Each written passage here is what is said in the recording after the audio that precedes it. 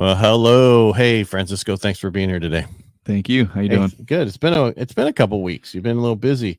You finally closed on your first home, your own home. Yeah, no, it feels good. House hacking a little bit too, trying House to hacking. make the most out of it. Well, speaking of, it's funny because I'm part of a documentary called HackingRealEstateSeries.com. They've dropped the first 3 episodes, and they've actually been really good.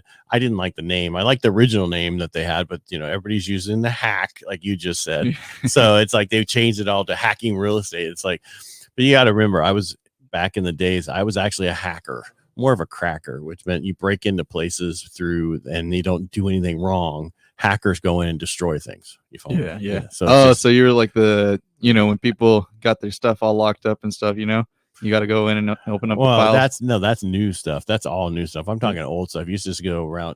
This is way long time ago. Different. So it was when there was a movie called God. What was that movie? Hackers. There was a movie called Hackers. It was done in the 80s. That's what I'm talking. Back to that 90s early stuff. Not the stuff that they do today that lock your computer and you got to pay. That's just ridiculous. Yeah. But let's move on because let's talk about real estate. So, what did you learn you buying your house? First of all, I know. Do you mind if I say what kind of loan you did? No. Okay, you did a non-QM, which means it's alternative than Fannie, Freddie, VA, FHA. And I always warn people that some of those programs, they can take a lot longer, and they can come back last minute and want different things because they're not a standard program. So when you go with those programs, you have to understand it's not the easiest process. Right. No, I learned that the hard way. It's one of those things where, and again, it was supposed to be like a 21 day close or something, and it ended up being like 45. And that's the thing is, you're right. When you go in, they say, hey, we need this and you'll be good, and you give them everything, and then at the end it's like, okay, now we need this and this and this, and you're like at the last minutes. Luckily too, I didn't release my contingencies until like the very last few days of closing, which that is, All right, so let's stay right there. Let's unpack that. Right. All right, so the biggest thing during this last pandemic that we're supposedly over as of this last weekend, according to the president, the issue was a lot of people released their contingencies, which we're talking about: the appraisal contingency, the loan contingency, and the inspection contingency, right? And that's what you're talking about. You didn't release those, which is really was unheard of like 6 months ago. 100%. Right. Yeah. And kind of like how we were having that talk earlier, right? Where I told you, I was talking to an agent, and, I have a cash buyer, like right now, for example, and they would pretty much be willing to do just only like an inspection contingency. Right. And this house was listed like a bit above. And great house, it was remodeled. They gutted, it was gutted. Right. Mm-hmm. But the comparable still just didn't support it. To me, and my client seemed like it was somewhere around like 60,000 over. And I'm talking to, this agent and kind of saying, hey, these are, this is what we've been seeing. This is what my client's comfortable offering, and this is where he's at. Right. And, kind of like one thing led to another, and she was like, oh no, I don't think it will. And I think it'll sell at a different number, at what we're asking. And I was like, well, from the interested people you have, what kind of people are interested? Are they financed offers?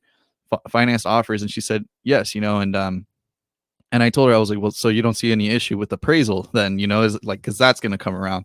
And she was like, oh no, they'll go ahead and release their contingencies. She was like, we'll ask them to. And in my head, I'm like, well, that hasn't, just like you said, that was a thing from when the market was very hot, and even the comparables that we were looking at were like from last year, November, where the market was like at not its peak, but it was still high up there.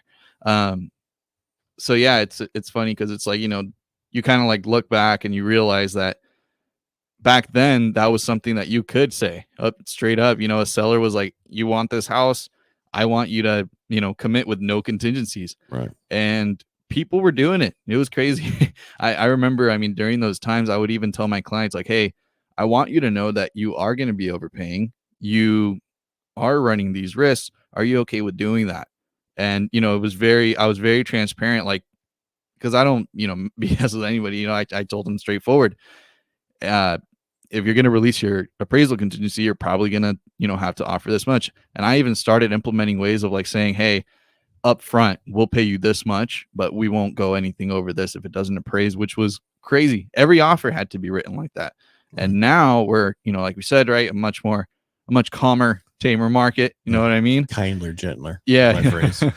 So it's kind of like, it's one of those things where you just don't have to do that anymore, which is crazy to think that for, what was it, 2 years that was going on. Yeah. But it's weird because it didn't really happen. So that was a Bay Area thing forever. Right. Where they had no contingencies. That was that way for years before the pandemic. And then as the buyers were coming from the Bay Area over here, and then that whole model changed to us also, where before that was not even a thing for us. And, even up in Tuolumne County and Calaveras County, they started getting it and they're like, what is this? This is not us. And that's just what happens when it's such a market. And over there, they were just like, if you want this house, you're going to release all this stuff. But like you said, now it's different. People have those contingencies. The reason you have those contingencies is to protect you as the buyer, and you want to have those in there. If they want you to get release them, there might be an issue if there's not a lot of volume. 100%, and that's where it's like, because even if you're back to your cash buyer, I would still have an appraisal done. I even told him that. I said, this is where the comparables are. I was like, but realistically, I told him run inspections, and, I suggested to him to still do an appraisal. Because, even at that point, I would feel very strongly confident we can offer them what they're asking right now and run an appraisal, and it's going to come in, 50, 60 below. Just with the way the comparables are.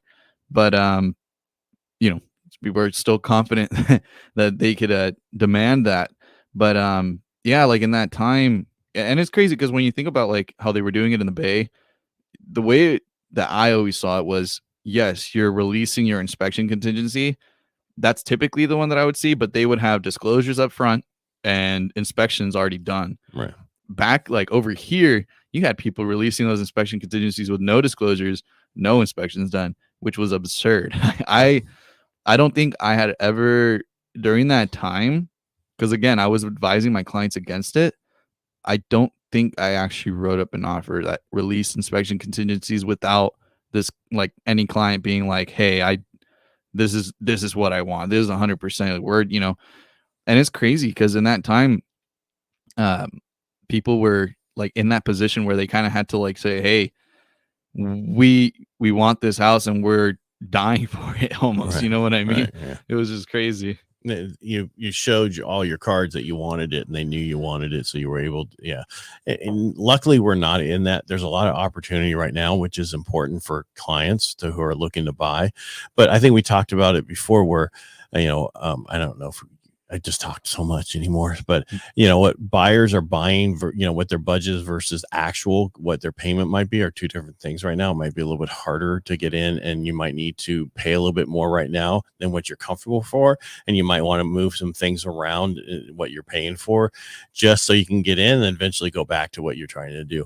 And then one of the things, like my son's moving from Alaska to Washington State, and he's going to be buying his first home. And it's, he was looking at buying a car, and I'm like, he has a Jeep. I'm like, don't buy a car yet. What? Not until after, so it's even happens in my household, until after you purchase your home. Then you can get that car you want after that, because it won't affect you as much. But when you're first doing it, no, don't do that. So, it's, my wife are like, remember when you're young, you've got the house you want to buy, the first car you want to buy. And it's like, yeah, I understand it, but you have to be diligent on it. Mm-hmm. The difference is, I didn't have parents like that, like he has, right? Who can help him through the process. Yeah, no. And that's like, even like on my end, like with my parents, it was funny. I feel like I matured a lot, like at a young age. But like through my mistakes, which is funny.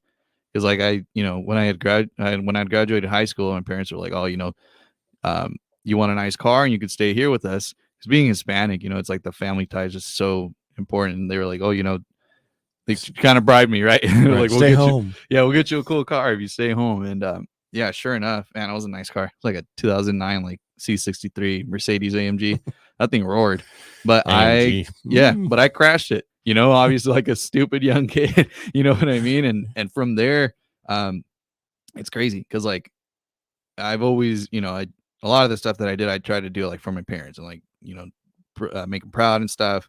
And yeah, when I got in the accident, my dad, like, that was the first time he's like, "Oh man, you let me down this time." And I was like, "No." So then I go and like, from there, I just kind of had this form of like independency where, like even the car that I have right now, like I got a Camry, right? I just bought it cash. And then I was, I didn't want to get payments until I bought my first place, because what I've learned too is it's a lot easier to buy the car, buy the house first, than go buy a car than it is to do, the latter, do Right. it the other way. Cause it's just Car doesn't have the same debt to income ratio that houses do. That's the right. difference. They'll allow you to push yourself over debt to get your car.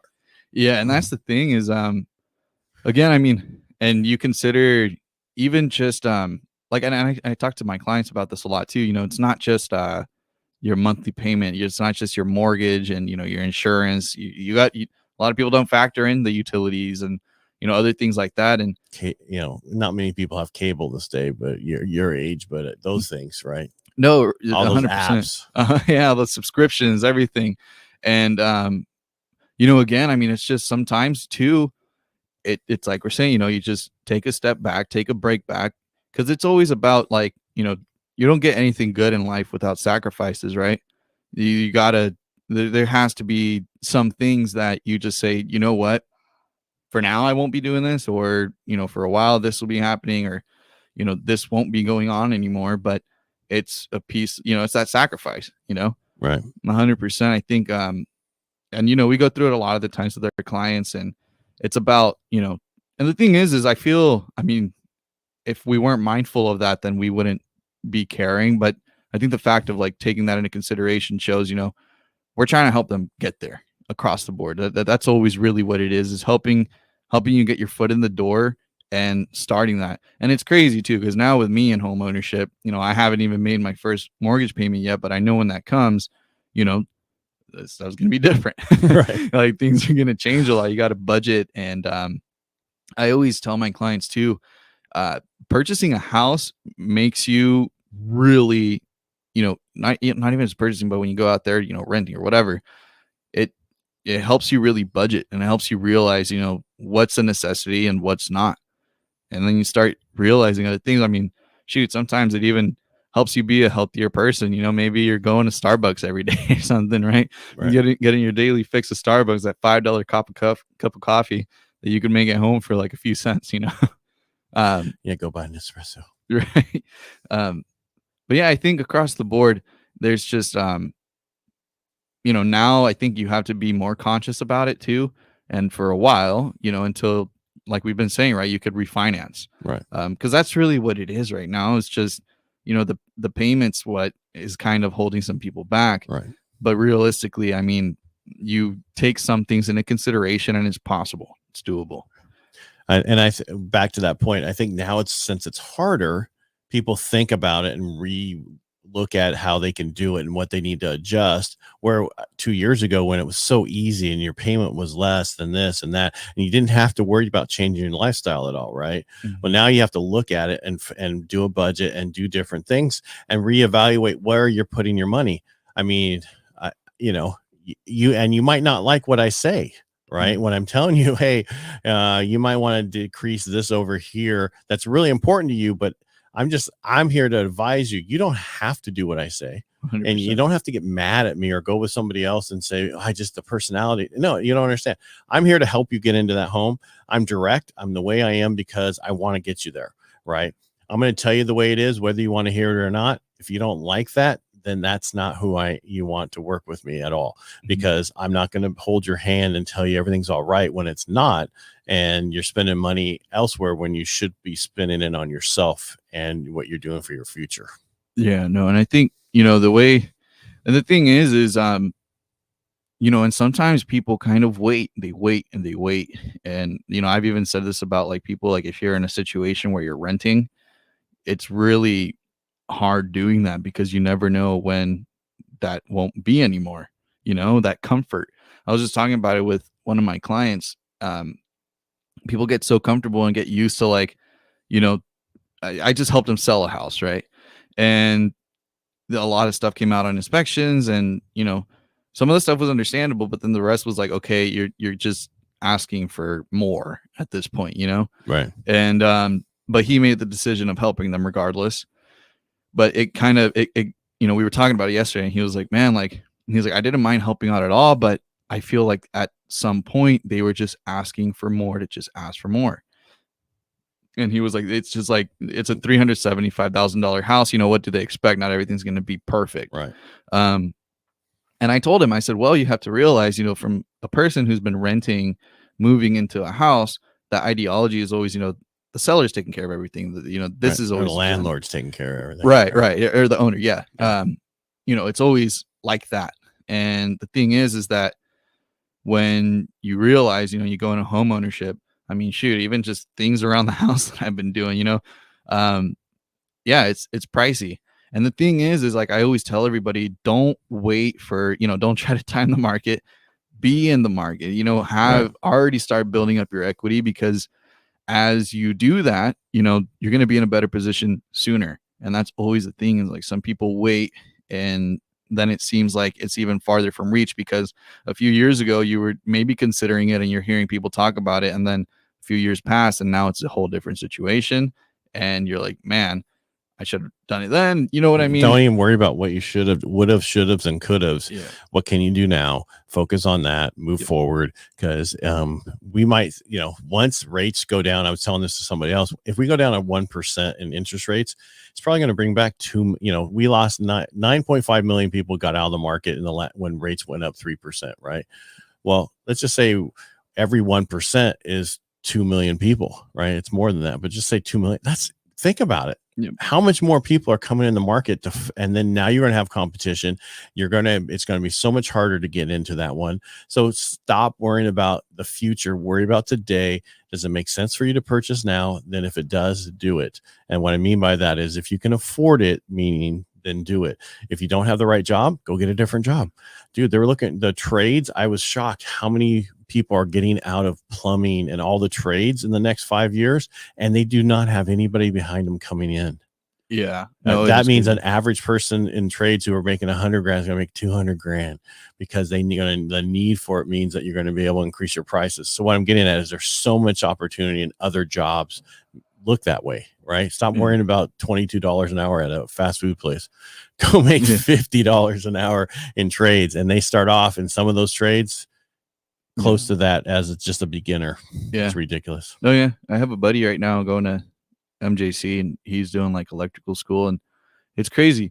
Well, especially if you're female right now, they'll pay for you to go to school. There's sponsorships for that, because they need more people in trades, and for women, they're going to sponsor them.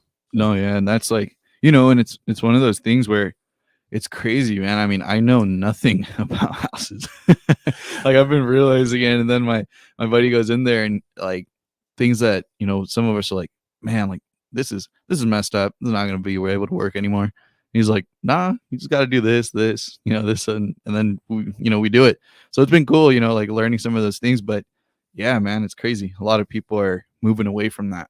Right. And just about, hey, I don't want to keep going. We've been here for like almost 19 minutes. I'm sure people got to get to work or do something else. But yeah, if your situation isn't right for right now, let's see what we can do to get you in the right situation.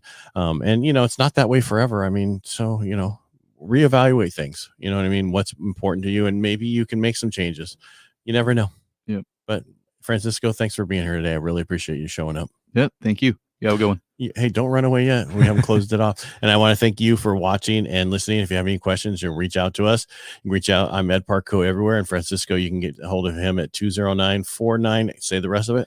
209-493-2400. Or yeah, because you can't reach out to him on social media because he's nowhere. Yeah, I'm off the map. That's right. He's one of those youngsters off the grid.